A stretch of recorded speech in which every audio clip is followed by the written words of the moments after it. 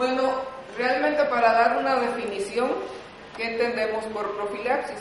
Siempre pongo varios ejemplos que no tengan relación con hemofilia para que quedemos claro. ¿Qué pasa si no queremos que nos dé polio? Pues aplicamos la vacuna del polio, ¿no? Eso es una profilaxis. Aplicarse flúor en los dientes para que no aparezcan caries, pues es una profilaxis. Yo digo que el paciente con insulina se aplica, con diabetes, se aplica la insulina para no tener un coma diabético. Entonces eso también es profilaxis.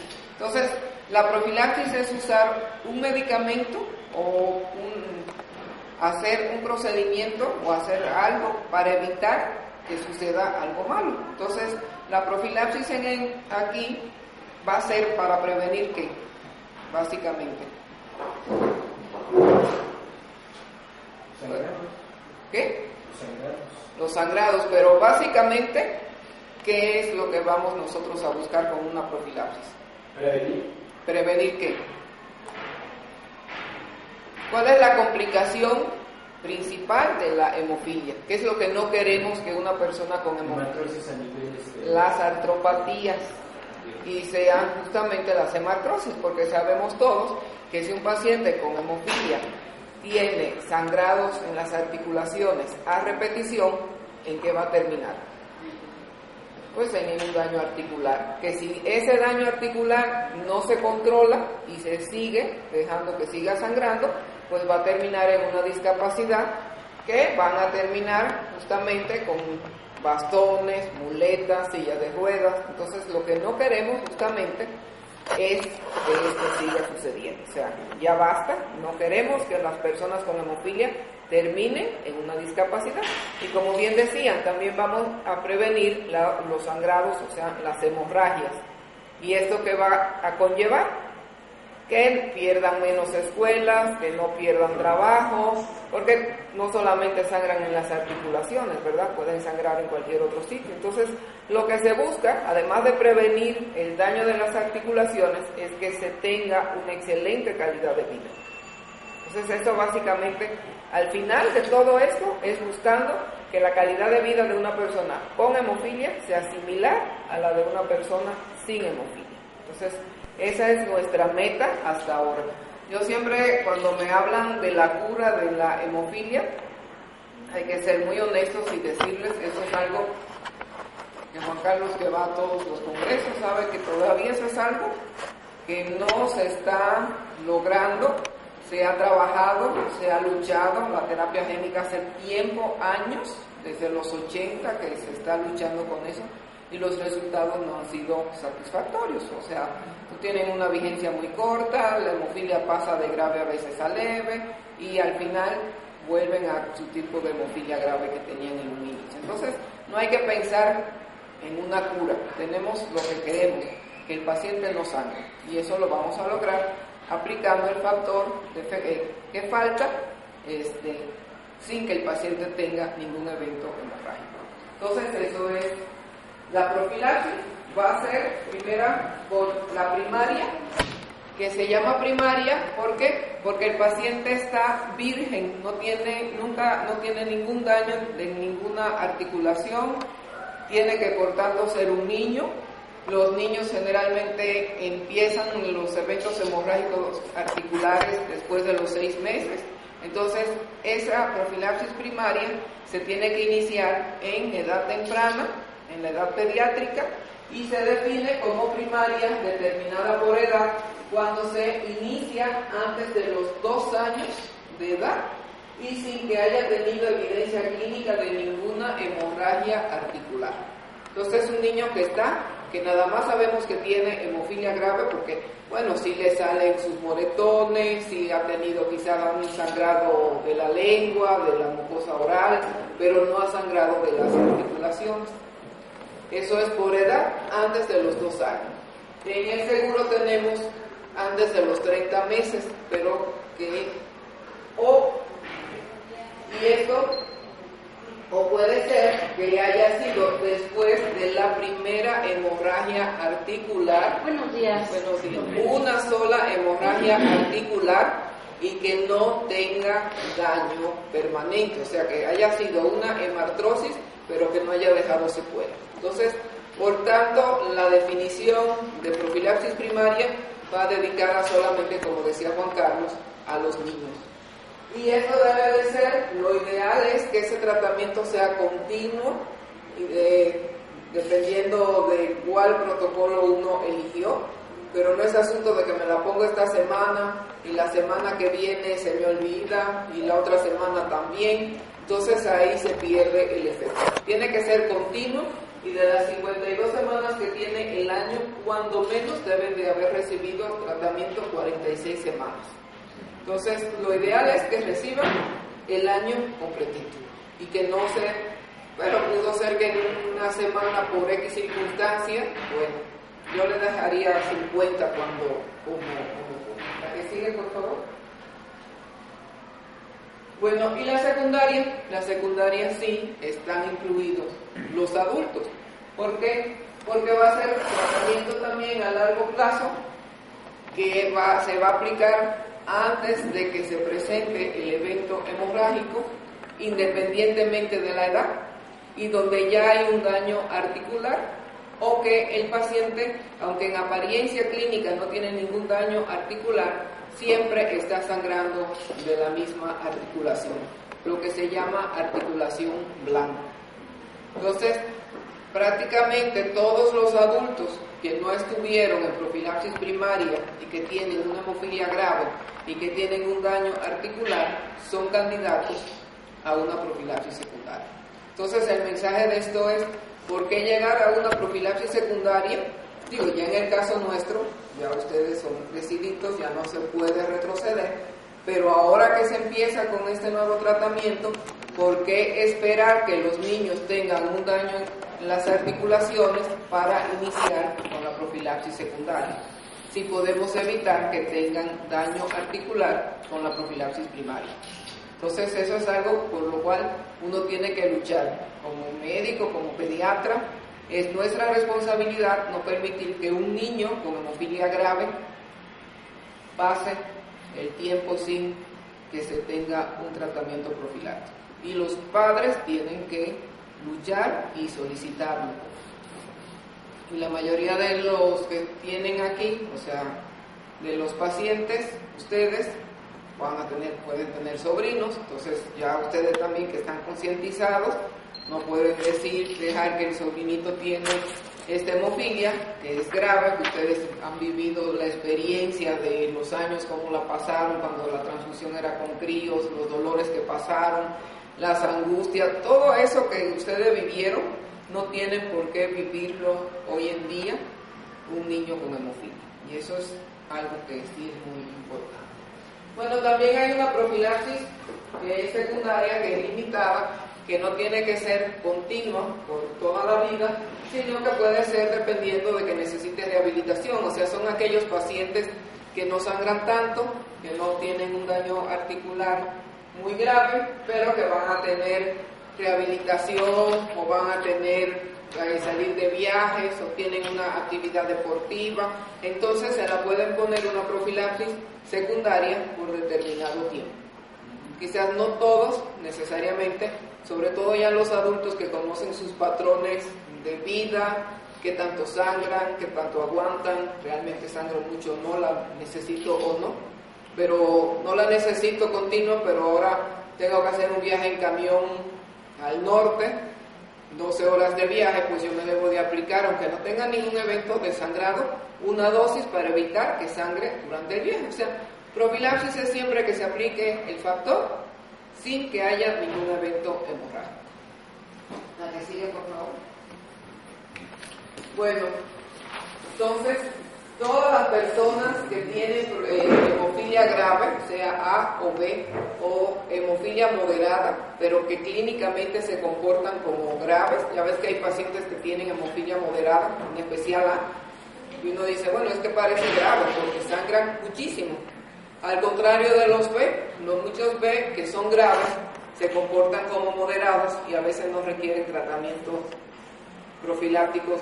Incluso la dosis y todo eso varía muchísimo y los requerimientos de factor 9 son mucho menor que los requerimientos de factor 8, porque el paciente con hemofilia B en la mayoría de los casos sangra menos que los pacientes con hemofilia A, o sea, de igual a igual.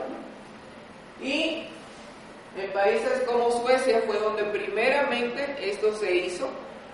La doctora Nilsson, una sueca que ya falleció, debería nombrarla casi la heroína del tratamiento en hemofilia, porque cada uno tiene sus méritos. Ella se dio cuenta, la observación, que los pacientes con hemofilia moderada sangraban menos que los pacientes con hemofilia grave. Entonces, ella dijo, bueno, ¿por qué no? Si lo que les falta es factor 8 o 9, no ponerles a estos pacientes lo que les hace falta sin que tengan ningún sangrado, y así vamos a evitar que sangren. Entonces, ella comenzó a tratarlo en esa época donde no había liofilizados, donde no había ni siquiera críos. Ella empezó con plasma, y después críos para los de hemofilia A y plasma para los de B, y luego cuando salieron los frasquitos ya de derivado plasmáticos, pues fue con derivado plasmático, y fue la primera. Ella en el 92 hizo un reporte de su experiencia y con unos resultados excelentes. La cosa es que ella lo hizo sin un protocolo, o sea, sencillamente tú, Juan Carlos, que tiene hemofilia B, vas a empezar así, tú, Ricardo, vas a empezar así. No lo hizo de una manera como se hacen los protocolos de estudios para hacer una demostración científica, como se podría decir. Entonces, fue algo observacional, pero los resultados eran muy obvios. Pero ¿qué pasó? Llegó el debacle del VIH, y todas esas personas que se habían transfundido con críos, con plasma, con los derivados plasmáticos que no estaban bien procesados, o sea, que no habían sido sometidos a procedimientos de inactivación viral, se contaminaron con VIH. Y en Europa fueron de los países, de los lugares, donde más muertos hubo por VIH-Sida en pacientes con hemofilia. En México, en Latinoamérica, en Estados Unidos, en todas partes hubo, pero como los europeos fueron los que iniciaron con un mayor uso, entonces ellos tuvieron muy mala experiencia, y hasta que no salieron los derivados plasmáticos ya sometidos a procesos de inactivación viral, no se reanudó el tratamiento con la profilaxis. Como que entonces, con lo del VIH, cae la profilaxis para luego ya reanudarla nuevamente. Pero, ¿qué pasaba? Que lo que decían era que estos estudios eran, como les digo, nada más de apreciación. Los moderados salen menos, entonces no tenía un aval científico que dijera realmente que la profilaxis era mejor que el tratamiento a demanda. O sea, que para ellos, los que hacían las estadísticas, decían que no había una diferencia que se pudiera demostrar, aunque clínicamente todos sabemos que es mucho mejor la profilaxis a un tratamiento a demanda. Creo que ya eso no necesita mucho. La que sigue, por favor. Entonces, bueno, esto fue en su comienzo, que como les digo, que esto fue por observación. La doctora Nilsson lo reportó en el 92, y ven que pues la edad de los inicios ellos lo comenzaron a hacer pues como bien parecía. Y lo más importante aquí es que cómo disminuyeron los eventos hemorrágicos con las profilaxis, sin profilaxis, cuando comenzaban con la profilaxis. La que sigue, por favor.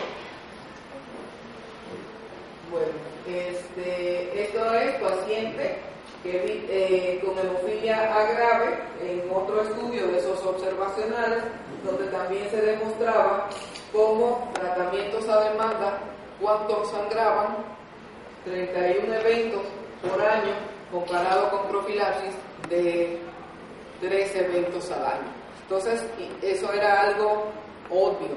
Y hay que saber que en estos países los resultados tienen menos eventos hemorrágicos que nosotros en tratamientos a demanda, porque ellos usan dosis mayores y los pacientes se les sangran menos.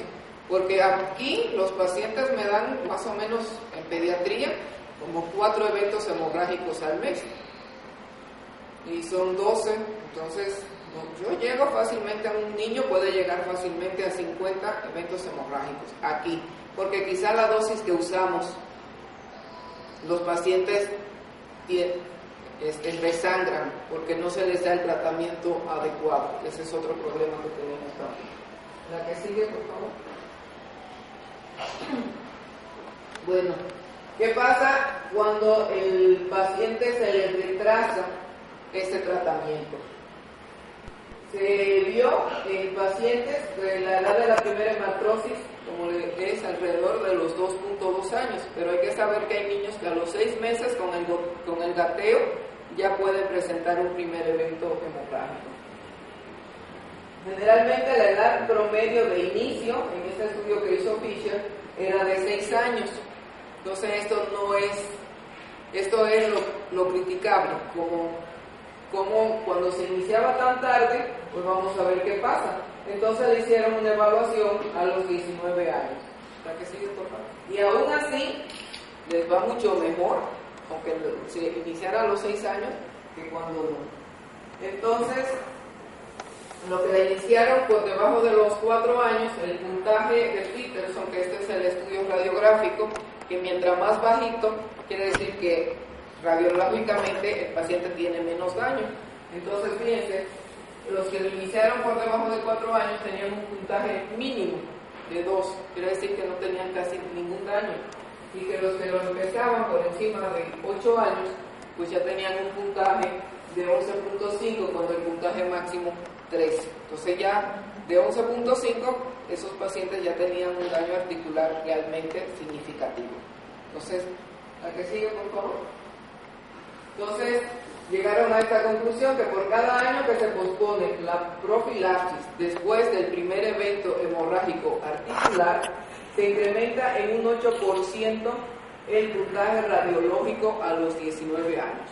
O sea, que no es lo mismo iniciar una profilaxis temprana, antes de que tenga un evento hemorrágico, bueno, después de un solo primer evento hemorrágico, a iniciarla tardíamente, porque entonces ya ese paciente sí va a tener un daño radiológicamente demostrable grave. Pero aún así, insisto, para que no se desanimen, es mejor una profilaxis en algún momento de la vida a seguir con tratamiento además. Eso yo creo que es algo que está súper demostrado. La que sigue, por favor.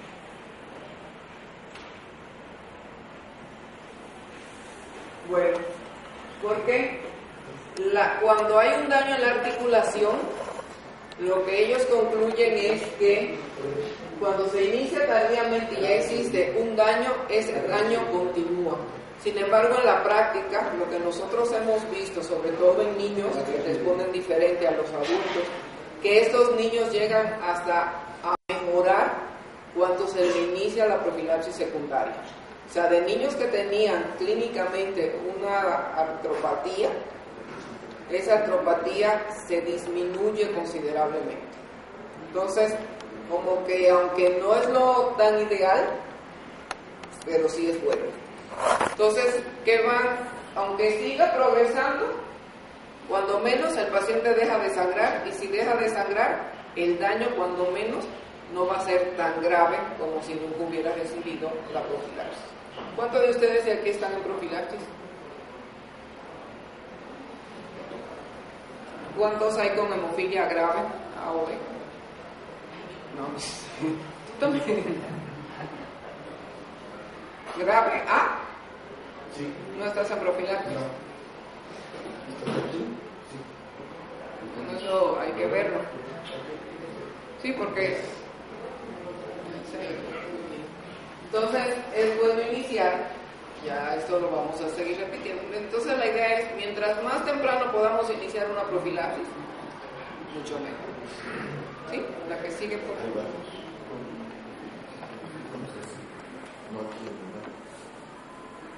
Bueno, esos otros estudios de esos que no estaban así tan bien catalogados, pero donde obviamente se demuestra que mientras más por debajo está la edad de inicio de la profilaxis, pues las alteraciones radiológicas pues van a ser prácticamente inexistentes. Y eso es algo que no queda duda. Ya, como dice el doctor Pérez Bianco, hacer otro estudio para comparar el tratamiento de profilaxis contra el tratamiento oportuno, como que sale sobrando. Es falta de ética yo decir, aquí te voy a poner tratamiento de profilaxis y a ti oportuno, a ver a cuál de los dos le va mejor. Ya eso está demostrado. Pueden haber razones diferentes para quizás el paciente no quiere, lo que sea, pero no es porque no sea bueno. La que sigue, por favor. Estos son estudios también ya un poco lejanos, viejos, pero que donde se demuestra que ya se conocía la profilaxis y ya venían reportándose estos estudios así desde hace mucho tiempo. La que sigue, por favor. Entonces, la doctora Marco Johnson, en el 2007, que fue justamente el año cuando nosotros empezamos la profilaxis, que yo hasta le llevo al doctor Benabrito ese artículo, ella hizo un estudio que tomó un grupo de niños donde los puso en profilaxis primaria. La que sigue, por favor.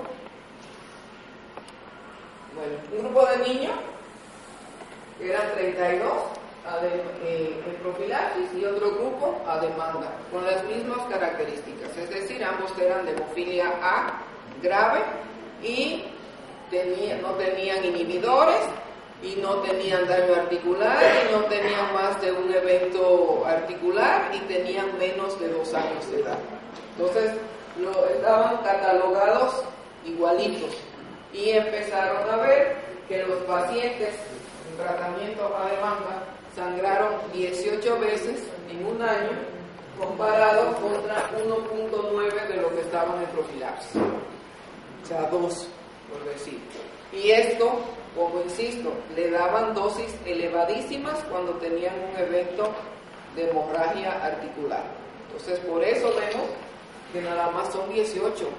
Aquí les juro, no sé la experiencia de ustedes cuando eran niños, cuántas veces sangraban en un mes. No creo que sangraran una sola vez al mes. ¿Sí? O sea, mínimo 3, 2, 3. Y les digo, los de B sangran menos. Pero los de A se llevan a veces hasta 5 eventos en un mes, porque el tratamiento que muchos médicos les dan son dosis muy bajas y sobre todo en niños, donde las dosis siempre tienen que ser mayores que en los adultos. Y hemorragias articulares por año, 5 hemorragias en los tratamientos a demanda contra la mitad, 0.5. O sea, un paciente tuvo un solo evento en los 6 años que duró el estudio. Entonces, realmente ya esto está súper demostrado por todos los médicos. La que sigue, por favor. Entonces, debe iniciarse, para volvernos, antes de los 2 años, que insisto, nosotros pusimos por debajo de los 30 meses, porque también se ve que los resultados pueden ser buenos, o después de la primera hemorragia articular, donde no haya daño articular. Eso es para la profilaxis primaria. ¿La que sigue, por favor? Bueno, de las dudas que siempre nos dan, ¿qué va a pasar si iniciamos profilaxis? ¿Va a incrementar el riesgo de los inhibidores? ¿Ustedes qué creen?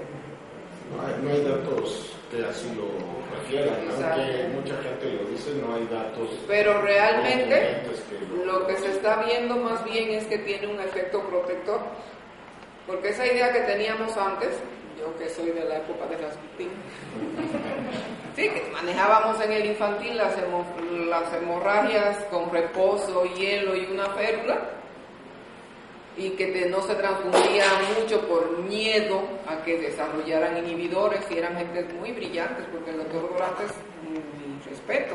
Sin embargo, así los trataban, porque la idea era que mientras más expuestos estuvieran al factor, más riesgo tenían de desarrollar inhibidores. Bueno, ya eso no es cierto. Eso no es cierto.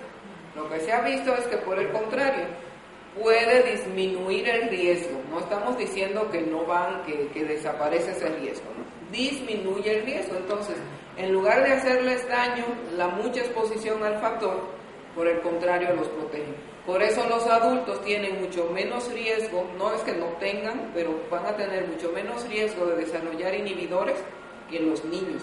Entonces, si fuera así, todos los adultos ya tendrían inhibidores, y sin embargo, no. Los adultos, a medida que pasa, van a tener menos riesgo hasta que llegan a la tercera edad, que pueden, por otras razones, incrementarse ese riesgo. Pero los que tienen más riesgo de desarrollar inhibidores son con las primeras aplicaciones, incluso con las primeras 30 aplicaciones. Y más que nada, de acuerdo a el tipo de hemorragia que han requerido tratamiento y la intensidad del tratamiento que han requerido. Los niños que me han desarrollado inhibidores, uno lo está viendo y ya le está dando un seguimiento mucho más estrecho, es porque debutaron con una hemorragia intracraniana y requirieron tratamiento muy intensivo. Entonces eso sí puede desencadenar la aparición de los inhibidores. Pero la profilaxis no hay que tenerle miedo. Para que una pregunta, sí. Doctora, ya que tocó el punto de los inhibidores. Bueno, yo hasta hace tiempo también tenía la creencia errónea de que, bueno, yo tenía inhibidor. Bueno, por eso no está en profilaxis. Era de la idea que el inhibidor había sido provocado por exposición a factor, pero bueno, esa idea ya está desechada en mi persona. Yo le preguntaría en este punto, entonces, ¿cuál sería la razón por la cual puede estar el inhibidor en un paciente con hemofilia? Ya cuando Juan Carlos me invite a la plática de inhibidores. No, porque mira, es que lo que se ha visto que la aparición de los inhibidores es multifactorial. De las causas principales van a ser las genéticas. Por ejemplo, se ve más frecuente en los pacientes con hemofilia A y grave que en los B. O sea, en los B la incidencia es bajísima.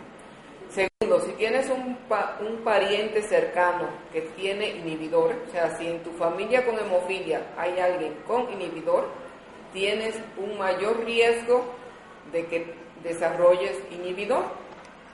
Y tercero, la causa, en qué momento de la aplicación del tratamiento desarrollaste los inhibidores. Como te digo, si te aplicaron durante una cirugía, si tuviste una hemorragia intracraniana, quizás te aplicaron factor junto con una vacuna. Hay muchísimas teorías, son muchas, para uno poder decir probablemente fue por esto. Pero realmente no hay ningún estudio que diga. Hay muchas, como yo les comento, o sea, si el niño, la primera transfusión fue con hemorragia intracraniana o por una cirugía y recibe un tratamiento muy intensivo, muy largo y a dosis altas, que tiene que ser así, ese niño tiene altas probabilidades de desarrollar inhibidores. También la raza, doctora. Bueno, por eso los factores étnicos, o por eso los genéticos son los más importantes. Entonces, es el tipo de hemofilia A grave, si hay inhibidores en la familia, porque depende del tipo de mutación que tienes. La raza negra tiene mayor riesgo de desarrollar inhibidores que la raza caucásica. La raza latina realmente no se ha hecho un estudio para saber en qué rango andamos, pero parece que no, el riesgo no parece ser tan alto en los latinos como en los africanos. Por eso, pero ¿a qué edad te aparecieron los inhibidores? Pues están reportados desde que tenía 24 años. ¿Y antes no tuviste? ¿O no te habían hecho? No, sí, claro. Pero si no mal recuerdo, hasta los 15 años no tenía inhibidor, pero a veces aparecía disparado y a veces pero de aquí desde los 24 años, todavía desde 7 años, no te es ha... el mismo nivel. Sí, realmente los inhibidores todavía es un enigma, o sea, es la complicación más grave y más difícil de la hemofilia. O sea, ya como vemos, las artropatías se van a prevenir. Quizás a ustedes no les tocó, pero esa es la vía. Se están tratando y manejando. Sin embargo, los inhibidores todavía no hay manera de decir, con esto vamos a disminuir o con esto vamos a erradicar. La industria ha tratado de hacer factores de la coagulación, por ejemplo, de la 8, factor 8, que no tenga un dominio el B. Sin embargo, le quitaron ese dominio y no hubo ningún cambio. Donde hacen más inhibidores, contra los dominios que hacen más inhibidores no los pueden quitar genéticamente porque son los más activos para la coagulación. Entonces, todavía no se vislumbra un panorama que diga, ya con este tipo de tratamiento ya no van a desarrollar inhibidores, que sería lo ideal. Porque en cualquier momento de la vida de una persona con hemofilia puede aparecer inhibidores. Solamente que lo que se ha visto que estos niños que llevan la profilaxis probablemente tienen menos riesgo de desarrollar inhibidores que los que no tienen profilaxis. Pero todo esto son más que teorías, ¿no? Pero que no le tengan miedo, al que le va a aparecer el inhibidor, le va a aparecer, lamentablemente. Y es por eso que no tienes profilaxis acá, por ejemplo. Probablemente. Pero ya hay algunos compañeros con inhibidores que están dando profilaxis con inhibidor. Creo que están, pero como monitoreándolos con una especie de protocolo. Mira, aquí dice que la profilaxis temprana disminuye el riesgo de los inhibidores. O sea, hay muchos estudios, pero no son estudios que digan, ya, con esto lo logramos. Y tenemos niños con inhibidores que iniciaron profilaxis primaria temprano, pero que sí habían tenido, tengo dos que desarrollaron los inhibidores porque tuvieron hemorragia intracraniana. Y otro niño que tuvo un sangrado de la lengua que fue muy grave, y es lo que dicen, cuando el tratamiento es más intensivo, entonces hay niños que han desarrollado inhibidores aún con la profilaxis primaria.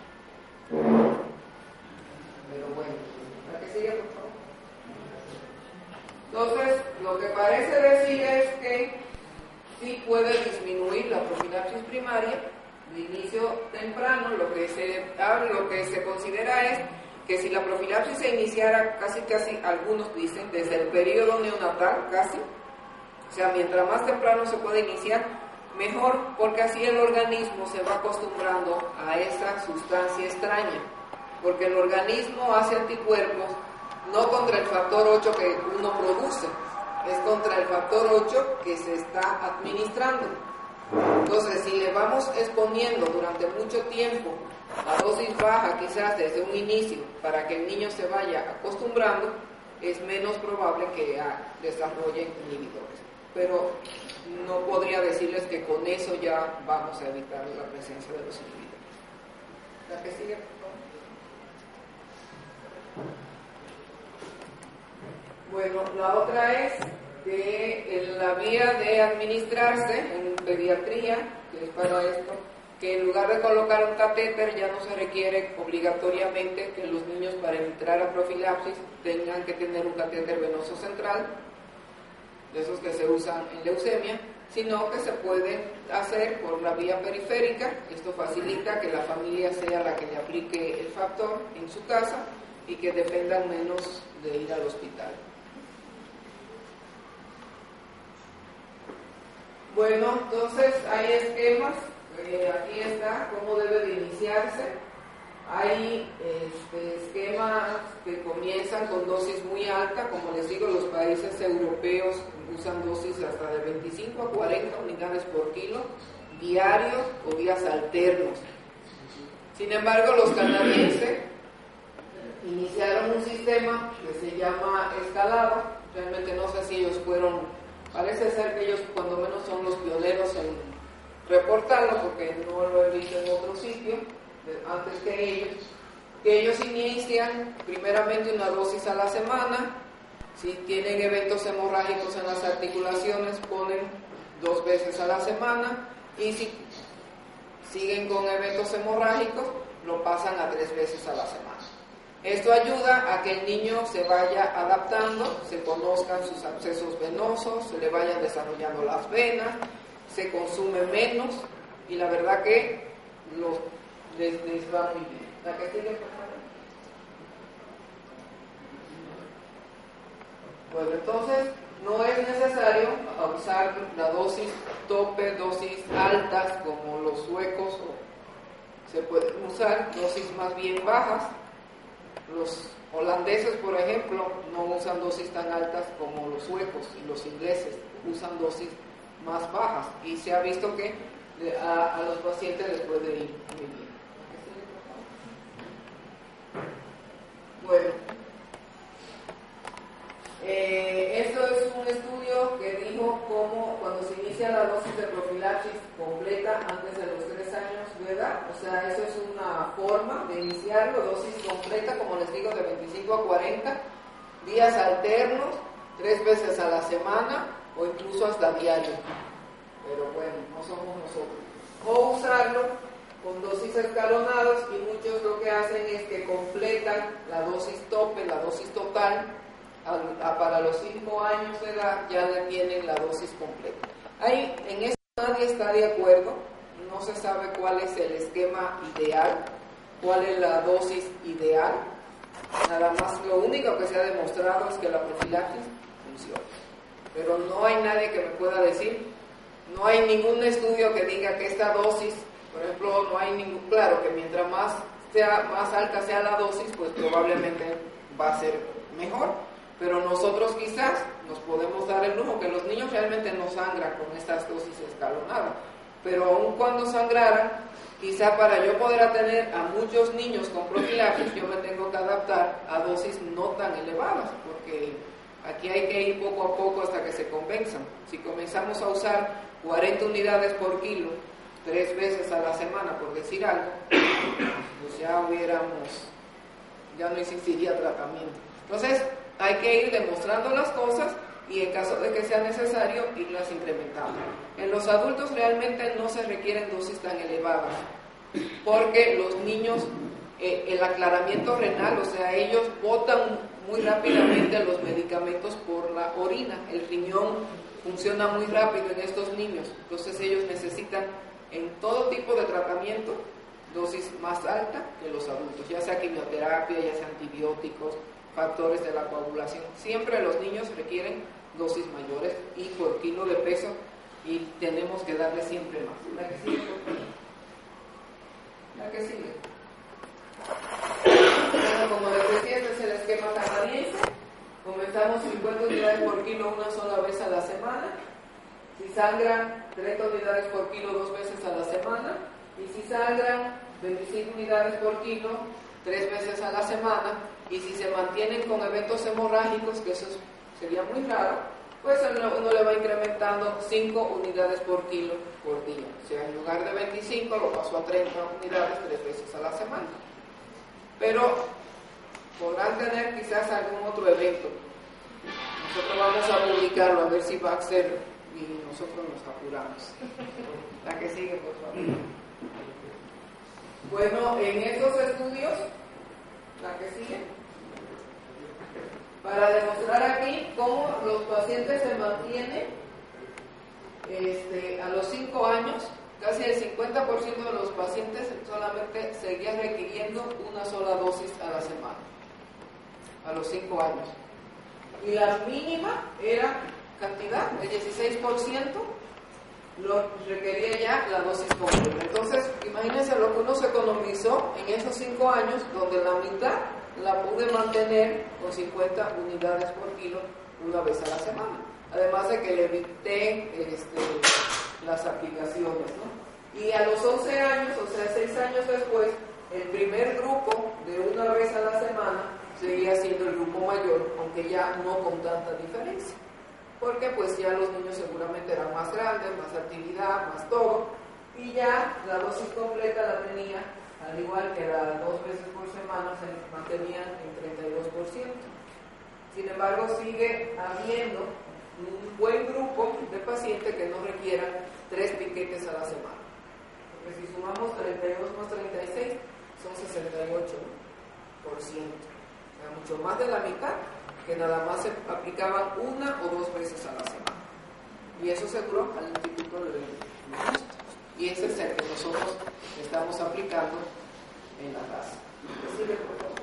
¿En la raza una vez por semana? Sí, yo empiezo así, una vez en los niños.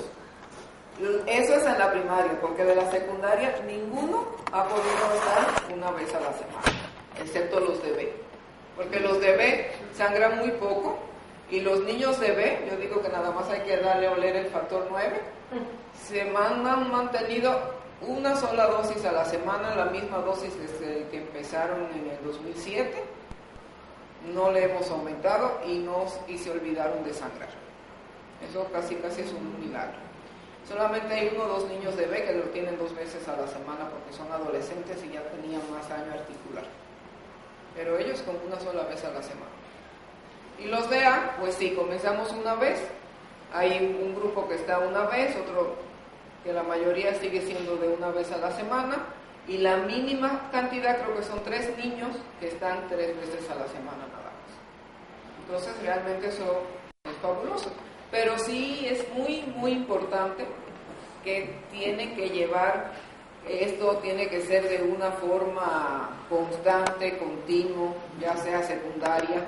Se lo deben de poner antes de las 11 de la mañana, se lo deben de poner el mismo día. Tiene que ser algo muy estricto, porque lo que se ha visto es que si el factor se mantiene, como que aunque a nivel plasmático los niveles no estén tan altos, ese factor se puede mantener a nivel muscular, pero si no lo mantenemos de manera continua, regular más bien, entonces eso baja y se pierde el efecto. Entonces, los que estén en profilaxis deben de ser pues estrictos, disciplinados, pues, porque hay mamás que yo les digo, ¿a qué hora se lo ponen? En la noche. En la noche no tiene caso, porque le es más fácil a la mamá para no levantarse en la madrugada a preparar y hacerlo. Y el niño ha tenido eventos hemorrágicos que quizás se pudieron haber evitado si la mamá se lo hubiera puesto en la mañana. Entonces, bueno, y ustedes lo mismo, o sea, ¿para qué me lo pongo en la noche si la mitad ya se me va a ir en el sueño, no? O sea, me lo pongo en la mañana, casi todas las proteínas, hormonas y todo se producen más en la mañana, y eso es más conveniente, por eso que se ponga también en la mañana, además de que lo voy a aprovechar durante todo ese día. Bueno, pues lo mismo, muchos se mantienen con 1 o 2 dosis, lo cual significa una economía, pero funciona bien si las familias son responsables y notifican. Yo a mis pacientes les doy mi celular, pues si tienen un evento en las articulaciones, llámenme, porque entonces uno debe de reajustar la dosis y reajustar la frecuencia. No es asunto de que ahí se van y la familia se olvida. Requiere menor uso de catéteres, por supuesto, no es lo mismo canalizar una venita una vez a la semana que buscar 3 venas en un bebé. Y necesitan un monitoreo, o sea, ajustado. Necesita que uno, tanto el médico como la familia, estén pendientes y haya responsabilidad. Y para los adultos también, porque luego son peor portados. Cuando menos las mamás se preocupan, hay algunas que son medias dejadas, pero las mamás se ajustan mucho porque es un niño y ellas se sienten responsables, pero los adultos luego dicen, no, pues hoy no pude, mañana, total, ¿no? Mira, se ríen, que sí, la que sigue, no pasa nada. Entonces, si con los niños, las mamás a veces, ahí se va.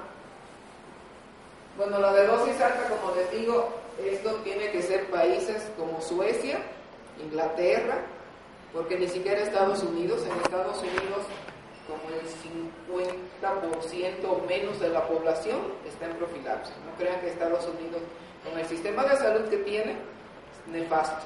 Entonces, hay que hablar de Europa o Canadá, que sí tienen sistemas de salud que protegen a los individuos, ¿no? Y ya ven España cómo está, acabando con el sistema de salud porque cuesta.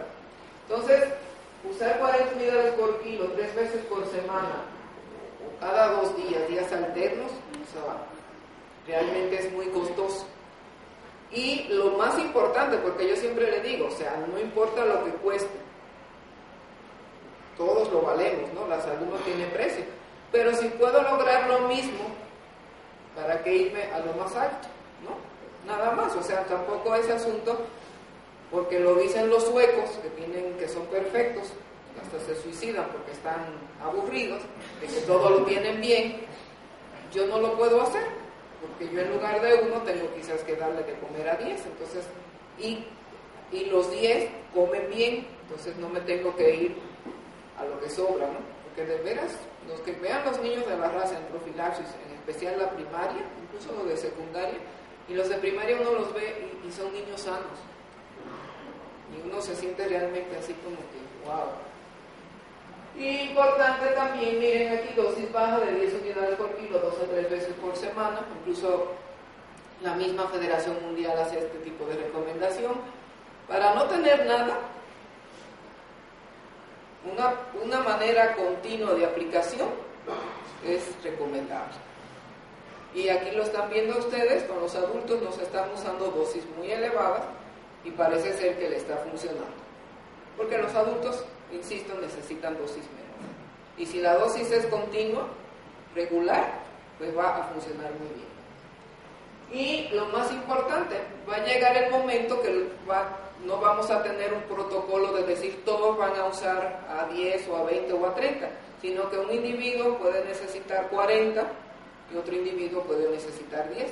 Lo que se está llegando es a eso, en esto de las dosis, o sea, probablemente todo va a quedar en que hay que individualizarlo, porque no todos los pacientes sangran iguales, si ustedes lo saben. Hay pacientes con hemofilia grave que no sangran, o tienen un mes que sangran mucho y otro mes que no sangran, ¿no?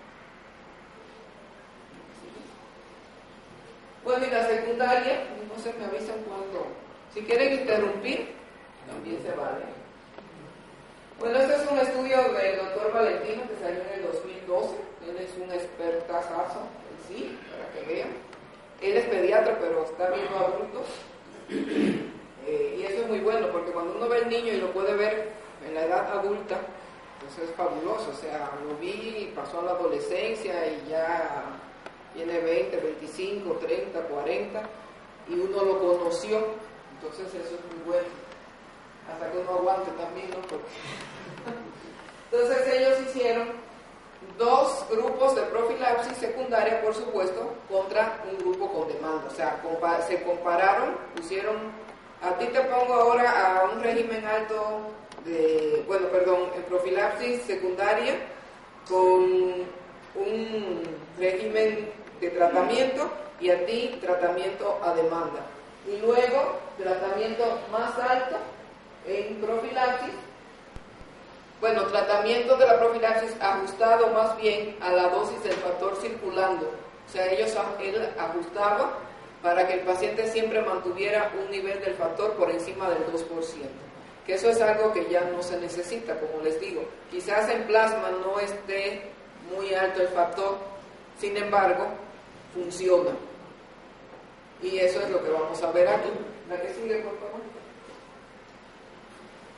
Entonces hicieron 2 tipos de profilaxis, una que era dosis fija normal y la otra que iba a ser ajustada de acuerdo a los niveles plasmáticos, y el otro grupo tratamiento a demanda. Entonces ellos vieron, fue con el ADVAY que lo hicieron, para ver, también valoraron de una vez la inmunogenicidad y la seguridad de un factor 8 recombinante, libre de proteína humana o animales, que son los de tercera generación. Que el ADVAY, que Baxter todavía no lo ha traído, es de los mejores recombinantes porque es de tercera generación. ¿La que sigue? Pero básicamente fue eso. Profilaxis estándar en hemofilia A de 20 a 40 unidades por kilo, 3 veces a la semana, o sea, recibían esa dosis. Y el otro de 20 a 80 unidades por kilo cada 3 días, y llegaban hasta 80 porque ellos lo iban ajustando de acuerdo a los niveles plasmáticos. Entonces, primeramente le daban a un grupo esa dosis, luego a ese mismo grupo dejaban pasar una semana y le ponían esta otra dosis, y compararon los resultados contra un grupo que estaba en tratamiento a demanda. Si quieren yo les dejo la presentación, me pueden dejar aquí. Entonces, ¿sí? Bueno, entonces fue un grupo multicéntrico, edades mayores de 7 años, por eso era secundaria. Ellos, 66 pacientes a demanda, luego 32 pacientes profilaxis estándar y 34 pacientes profilaxis adaptada a los niveles plasmáticos. La que sigue, por favor. Bueno, y y aquí no nos vamos a meter porque es lo mismo. Miren cuántos eventos hemorrágicos tuvieron los que estaban en tratamiento a demanda. 44 eventos hemorrágicos. Contra 1 evento hemorrágico en lo que estaban con la dosis estándares, o sea, que era la dosis fija, que no les importaba el nivel plasmático. Incluso con esa les fue igual o mejor que cuando la ajustaban a los niveles plasmáticos. Entonces con esto nos queda claro que no me importa tanto el nivel plasmático, sino la clínica del paciente.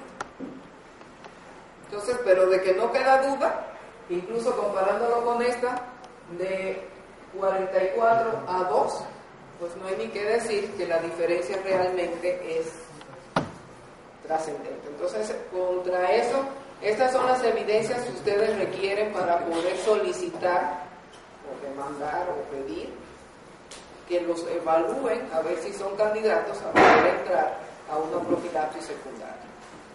¿La que sigue, por favor? Bueno, pues básicamente eso es lo más importante.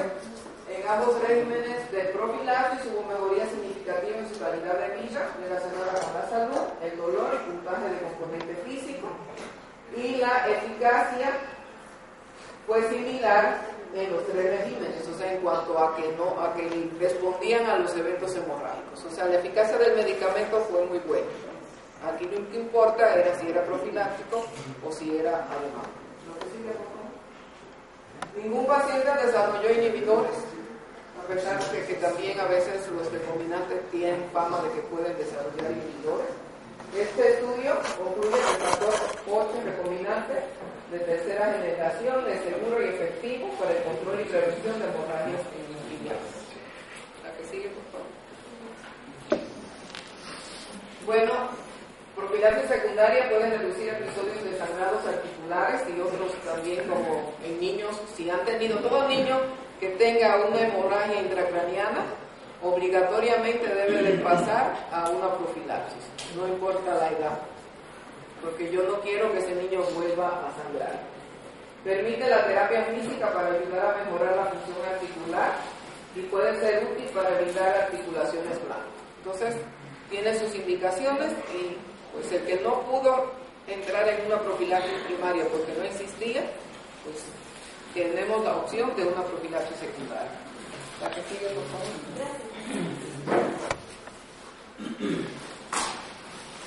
También, el que no puede entrar a una profilaxis primaria, ya sabe que tiene hemofilia grave y que sangra, debe de entrar a una profilaxis secundaria. Y se debe de iniciar también en pacientes moderados que clínicamente se comportan como graves. ¿Sí? Bueno, la que sigue. La que sigue. La que sigue, por favor. Bueno, pues ya no se conformaron con que haya profilaxis para las personas con hemofilia grave. Siempre se pone que no tengan inhibidores, porque no le podemos dar una profilaxis con factor 8 o con factor 9 a un paciente con inhibidores. Pero ya es una realidad que los pacientes con hemofilia e inhibidores pueden entrar en una profilaxis. Los resultados no son tan buenos, pero mejora muchísimo su calidad de vida.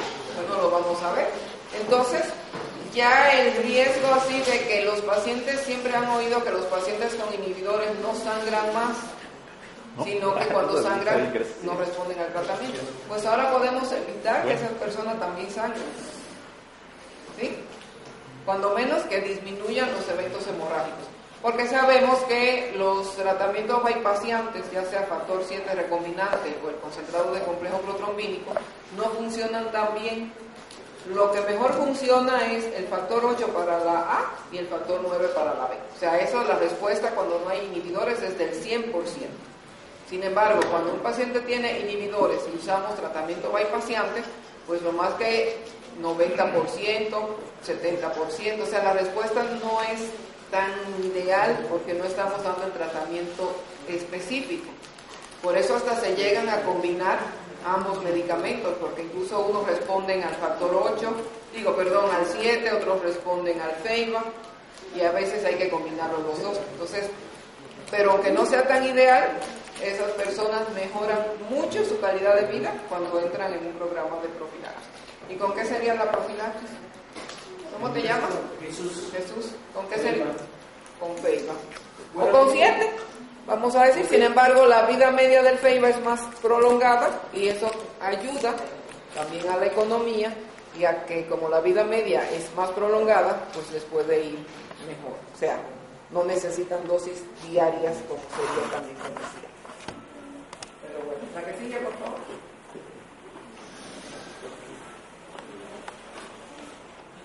Bueno, sabemos que el tratamiento ya con inhibidores también se debe de erradicar, usar factor 8 o factor 9. El factor 9, incluso tratar a un paciente con hemofilia B con inhibidores, con dosis alta de factor 9, lo puede llevar a un choque anafiláctico y hasta la muerte. Entonces, no pasa lo mismo con el factor 8, sin embargo, es un desperdicio usar dosis alta, que es lo que hemos hecho por años cuando no tenemos tratamiento bypassiante, usar dosis muy altas de factor 8 con inmunoglobulina, con metilgemisolona, y la respuesta, eso sí que está muy por debajo de los tratamientos bypassiantes. Y además que no es nada barato, para que nos quede claro. Entonces, lo que buscamos cuando hay un paciente con inhibidores y que tienen hemorragia, controlar la hemorragia, que existen estos dos medicamentos, gracias a Dios, en México, y que lo tienen disponibles, a veces no en la cantidad que uno quiere, pero existen ya más. Y aquí veo que hay y que lo están manejando. La otra es erradicar el inhibidor, que es algo que sí se puede, pero funciona más en pediatría. Casi en los adultos no funciona. Y en la hemofilia B tampoco se debe ni siquiera, bueno, yo no haría el intento. Y la otra ya, pues que esto viene a ser un cambio, y ya esto tiene varios años, es la profilaxis que se hace con un factor bypassiano. ¿La que sigue, por favor? Bueno, estos van a ser lo que tenemos aquí, para no darle mucha... Son los únicos dos, entonces no tenemos de otra. La que sigue, por favor. Y aquí hay varios estudios observacionales. Esta es con concentrado de complejo protrombínico activado. No se usa el no activado, el concentrado de complejo protrombínico simple.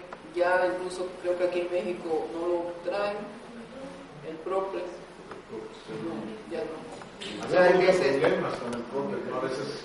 ¿Tú que lo llegaste a usar? Sí, se tenía que cuidar mucho porque podía ocasionar problemas. Sí, es mucho mayor el riesgo de trombosis.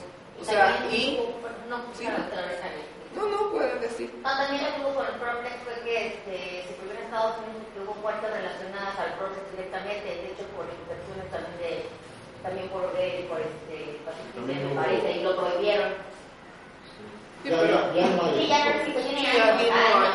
Sin embargo, en países, porque me decía la doctora Apsara que ellos sí lo usan para deficiencia de factor 10, el Proplex, porque no se puede usar. Entonces, nada más está prohibido, pero todavía hay estudios en Europa donde se usan comparativos con Proplex todavía, pero el ideal es el activado, y es el que aquí tenemos, y tiene que ser activado. El Proplex no funciona para cuando hay inhibidores. Entonces hay muchos estudios, diferentes dosis, diferentes frecuencias. Esto es con el FEIBA, el que sigue, por favor. Y donde se ha visto, que fíjense lo mismo, o sea, el paciente cómo sangra antes de una profilaxis y cómo disminuyen los eventos hemorrágicos después de una profilaxis. Y sabemos que no todos los pacientes con inhibidores sangran mucho. Eso también es importante.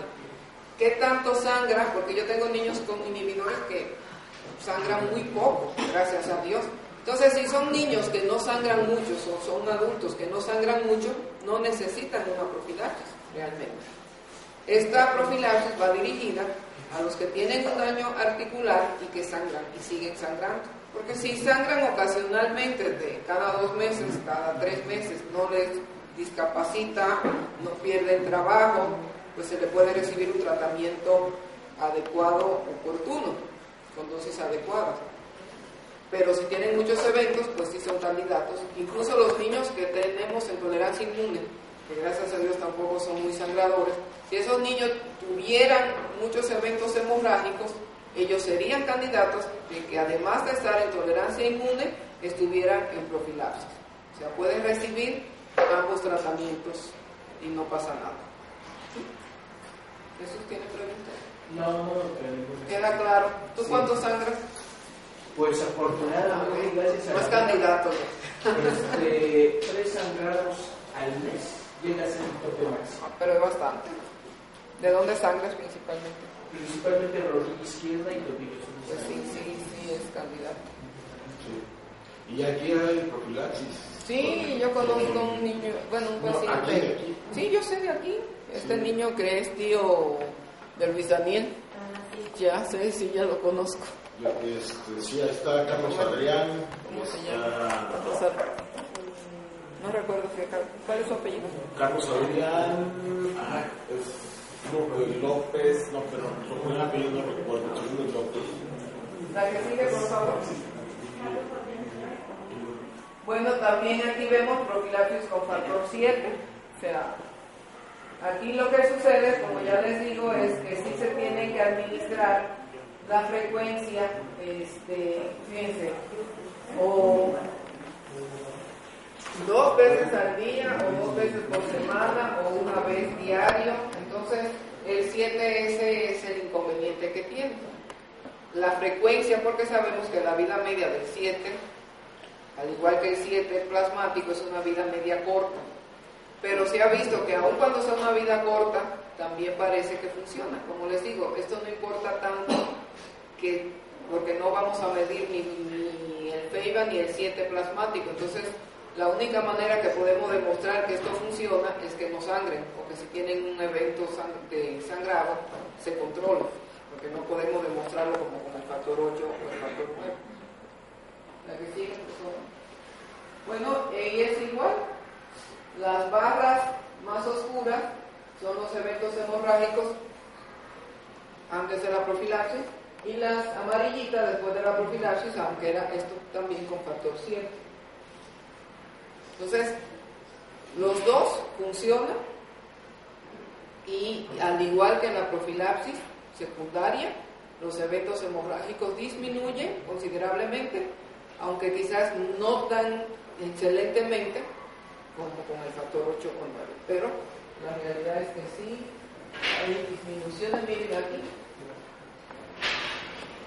más de la mitad, con una disminución. La que sigue, por favor. Bueno, esto es también otro estudio con factor 7. La que sigue, por favor. También hicieron lo mismo, diferentes dosis, a 90 y luego a 270 por kilo. La que sigue. Y para no hacerlo muy cansado ya, pues tanto con uno como con otro hubo una buena respuesta. Entonces, que quizás no haya que usar la de 270, porque en apariencia fueron más, hubo menos eventos hemorrágicos con la dosis alta de 270 que con la de 90. Sin embargo, bueno, en niños ya no podría usar 90, porque en los niños la dosis ideal es 270, por lo mismo de que se va a eliminar muy rápidamente por el niño. La que sigue, por favor. Y el otro que está, que es el de FEIBA, que es una profilaxis con concentrado de complejo proteolínico activado, que es el FEIBA, es un estudio también multiinstitucional de diferentes países, de lo mejor de la hemofilia. Sigue, por favor. Entonces ellos buscaron que fuera con hemofilia grave, más de 5 unidades de Bethesda, más o igual de 2 años de edad, y que tuvieran más o igual a 6 episodios de hemorragias en 6 meses. Y tú ya te pasaste de los 6 eventos hemorrágicos en los 6 meses y sangra 3 veces en un mes.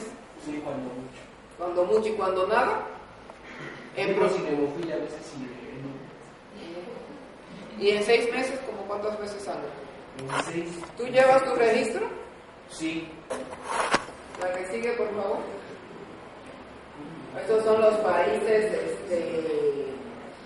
que intervinieron: Irlanda, Francia, Alemania, Italia, bueno, está Buenos Aires, Estados Unidos, Turquía, Suecia. La que sigue, por favor. Los criterios de inclusión ya lo vimos.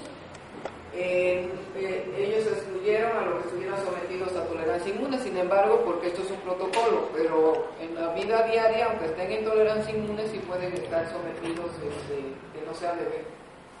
Que tenía que tener, estos eran los criterios para que entraran o no, y sí, más o igual a 6 hemorragias importantes. Si toda hemorragia en una articulación es importante o no. Partimos del hecho de que es importante y que es una hemorragia trascendente y grave. La que sigue, por favor. Y lo hicieron igual, en una ocasión estaban a demanda y en otra ocasión estaban en profilaxis y luego los cambiaron. La que sigue, por favor. La que sigue. Vamos a ver la que sigue. Y aquí está.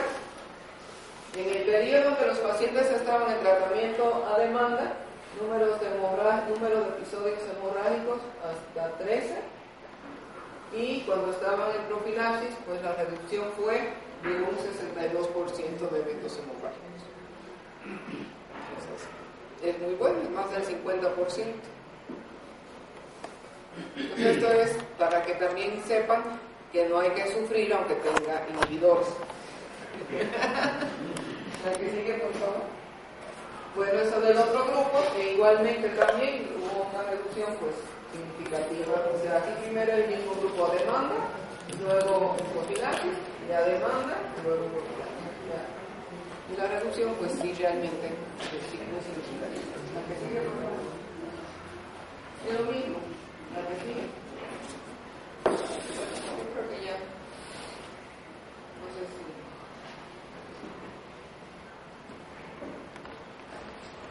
Pues no sé qué quieran ustedes comentar, porque esto es lo mismo. Hubo un 60%,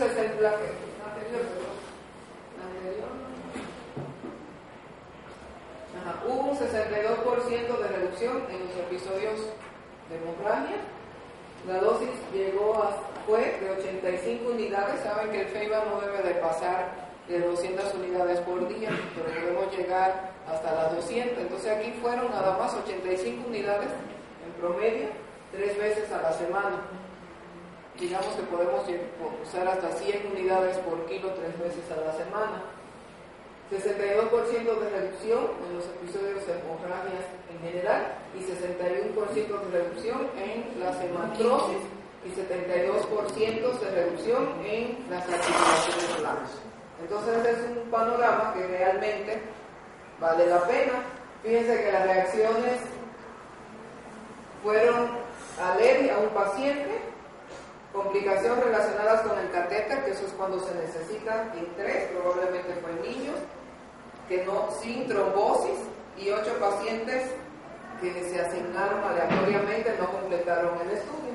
Pero lo importante, porque uno de los riesgos que tienen el tratamiento bypassiante, ya sea con 7 o con FEIBA, es el riesgo de trombosis. Entonces cualquiera podría decir, estarlo usando de manera continua por tanto tiempo y a dosis relativamente alta, pues podría yo correr el riesgo de trombosis, y viendo también que habían pacientes adultos. Y aún así, pues no hubo. Entonces mejora la calidad de vida, optimiza las actividades vitales, no detiene la progresión de las artropatías afectadas. Sin embargo, eso que no detiene parece que, yo digo que sí la detiene y que incluso hasta las mejora. Cuando dejan de sangrar y eso no sangra, y sobre todo que dejan de sangrar y están en rehabilitación, pues puede haber una mejoría. ¿La que sigue, por favor? De hecho sí la hay, doctor. Sí, sí hay una mejoría. Es que en el caso, la doctora Quintana y el doctor Martínez pensaron que era correcto usar profilaxis, dado los años que llevo mal de la cadera derecha, ya había complicaciones en la cadera izquierda y se utilizó para que la cadera izquierda permaneciera por lo menos sin lesionarse un tiempo, y he sentido que ha habido mejoría, inclusive en mis tobillos, que son los que más y ya no sangra, no sangra menos. No. Sí, es que los besos bueno. Entonces, como yo les decía, y eso es importante, cuando el paciente no tiene inhibidor y usa el factor que necesita, pues la respuesta va a ser de un 100%.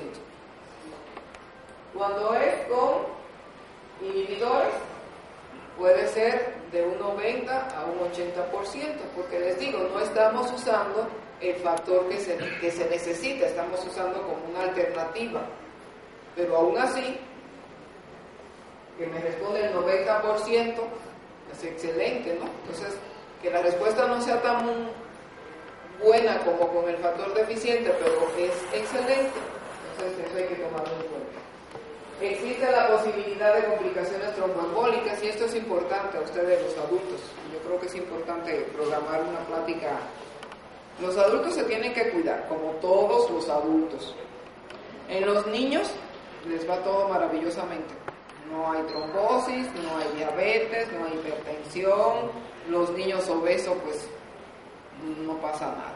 Pero los adultos, yo veo que ustedes están bien de peso, tienen que vigilar, como todos los adultos, o sea, no porque tengo hemofilia, pero si además tengo hemofilia, las complicaciones tromboembólicas sí se presentan aun cuando tengan una deficiencia de un factor de la coagulación.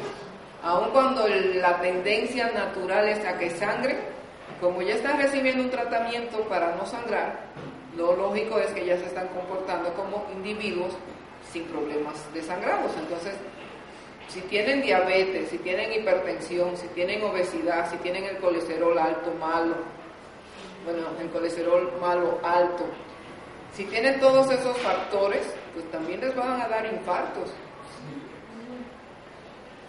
No están libres, ¿eh? Sí. Pienso que todo es clave para las personas.